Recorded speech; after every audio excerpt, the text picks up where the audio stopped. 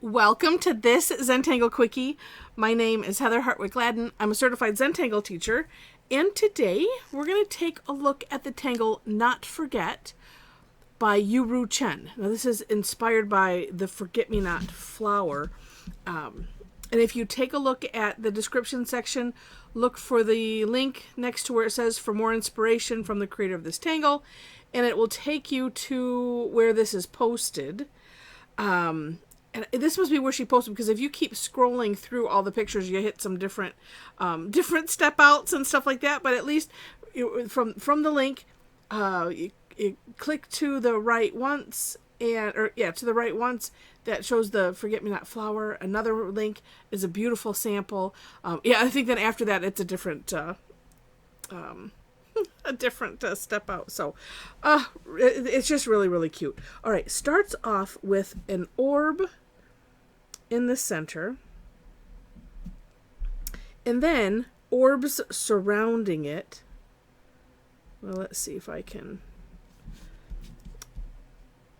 And she has 4 orbs surrounding it. We'll see. Yep, gonna come close. That first one I made it a little extra large, but it doesn't matter. And I'm gonna dare say too, if you end up with 6, that's what I kept ending up with. It's all gonna be okay. All right, and actually I am gonna just fill in those little gaps because otherwise it will bug me. All right, next, from these little crevices that we've created between the orbs, we're gonna do some seed shapes. So just starting right there. One thing that I like to do is keep my hand in the same place. It doesn't necessarily ensure consistency. It ensures some consistency, because there's life.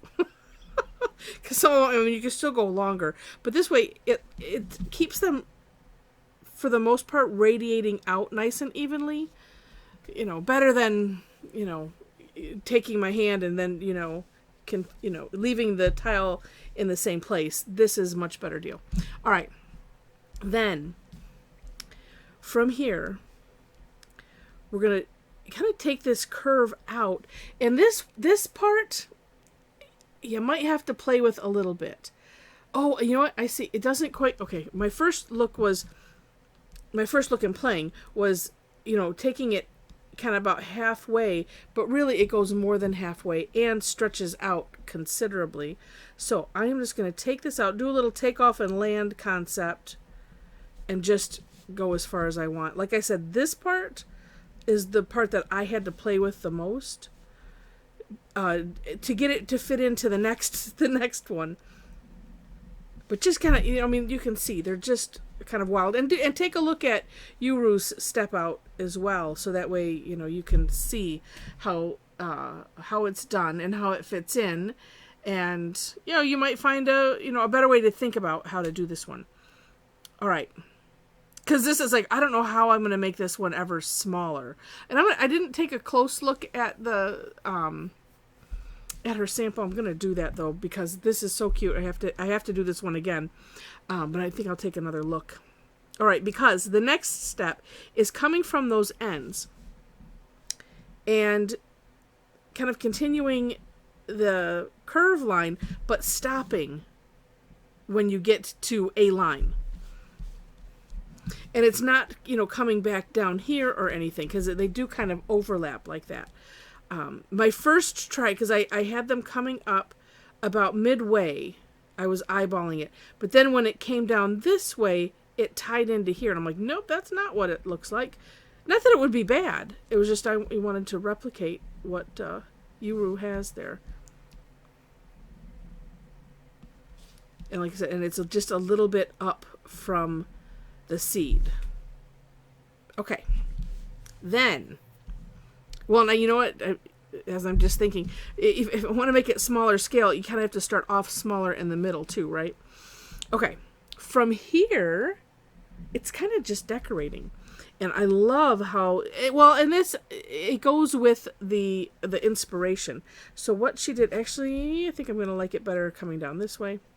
So from the corners, between the orb and the seed, curve line one way, curve line the other way, just kind of coming up there to a point.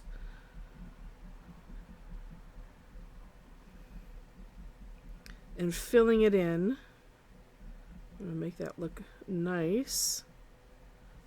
And then, this is like almost like my favorite thing in the world. It is a line dot. It's a fancy line dot. But when I saw them, I'm like, oh, that's gorgeous.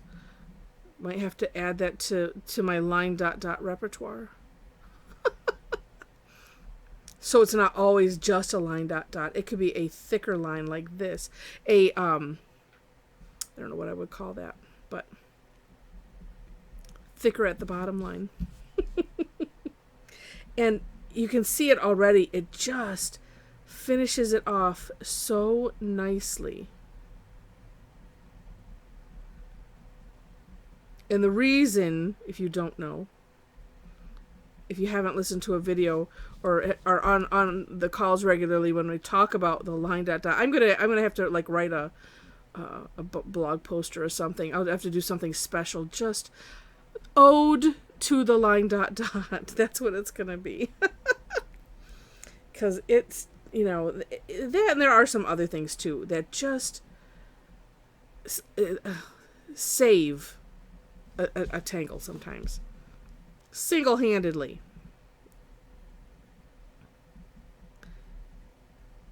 And with this, because we're filling in, if you needed to, you know, adjust the top of the orb, of course you can.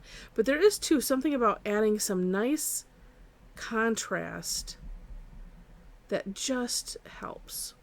So it's a combination of things here. And it's just so cute. All right. Now, for some shading, what I'm going to do is, you know, and kind of the rules that I have learned, where things tuck under something else. So right here, that's the impression that we get here, right? Is that this is a petal and it's continuing down this way. So let's put some graphite just on those sections.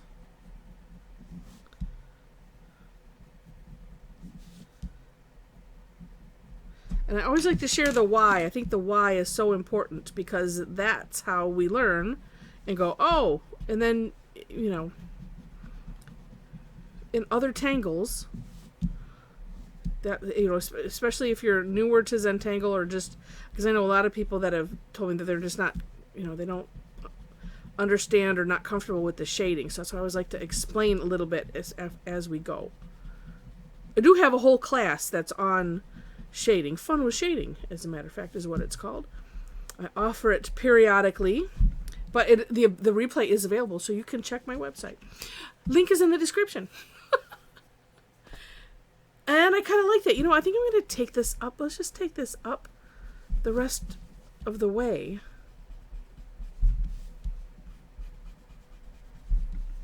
And kind of, you know, have the gradient kind of blend into the color of the tile. So like, just, I was gonna say blends into nothingness. I don't know if that makes sense, but it makes sense to me in my head. Almost nothingness. I like that. This one, that was it. One of these was the first one. Kind of went a little bit heavy, but that's all right. Because you could always, if one is heavier, well, we'll just match it. It's easier to match that since we don't put erasers in our kits.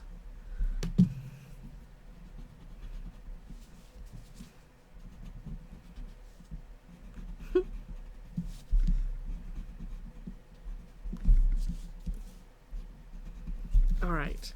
And I like to find... stay there, pencil. It's kept rolling back. And there are lots of reasons why we don't put the eraser in the kit. One of them is, you know, there's no erasers in life.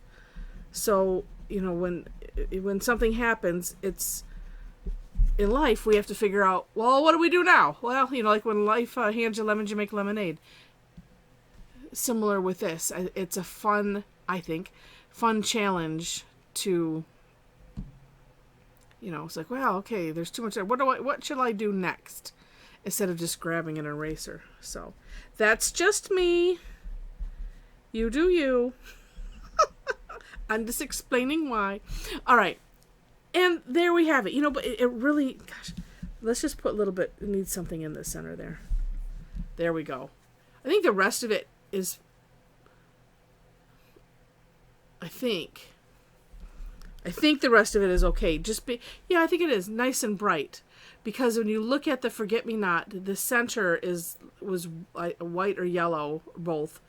And then you had this beautiful blue. And so we can leave it like that. You can have fun with it, though. All right. Such a cute tangle. So I've already mentioned the description section. Do check that out. I also do my own version of the step out, so you will find that there as well. Also, I have links in there to my website, which I mentioned. If you're interested in classes or, hanging out with a bunch of other Tangle addicts, whether it be in a class, I do online classes twice weekly. A lot of them are free and some are paid. You'll find that on my website. But if you'd like to hang out, we like to hang out with you. We have a lot of fun while tangling. And we continue the fun on our Facebook group. So if you happen to be on Facebook and want to join us, there is a link to that private group. Know that there are 3 questions to answer to gain entry. And there's also a link to my Facebook page as well, so you can follow for when I post classes. And there's some other places I post classes as well. Where you'll get an announcement. I haven't quite gotten into the habit. I haven't built it into my habit yet to send out a blog post or something. I don't want to blow people up. This is a daily tangle. So you know what? If you want to get emails from me, feel free to sign up to follow my blog as well. And someday I will get around to posting classes as well. So with that, thanks so much for watching, and I wish you happy tangling.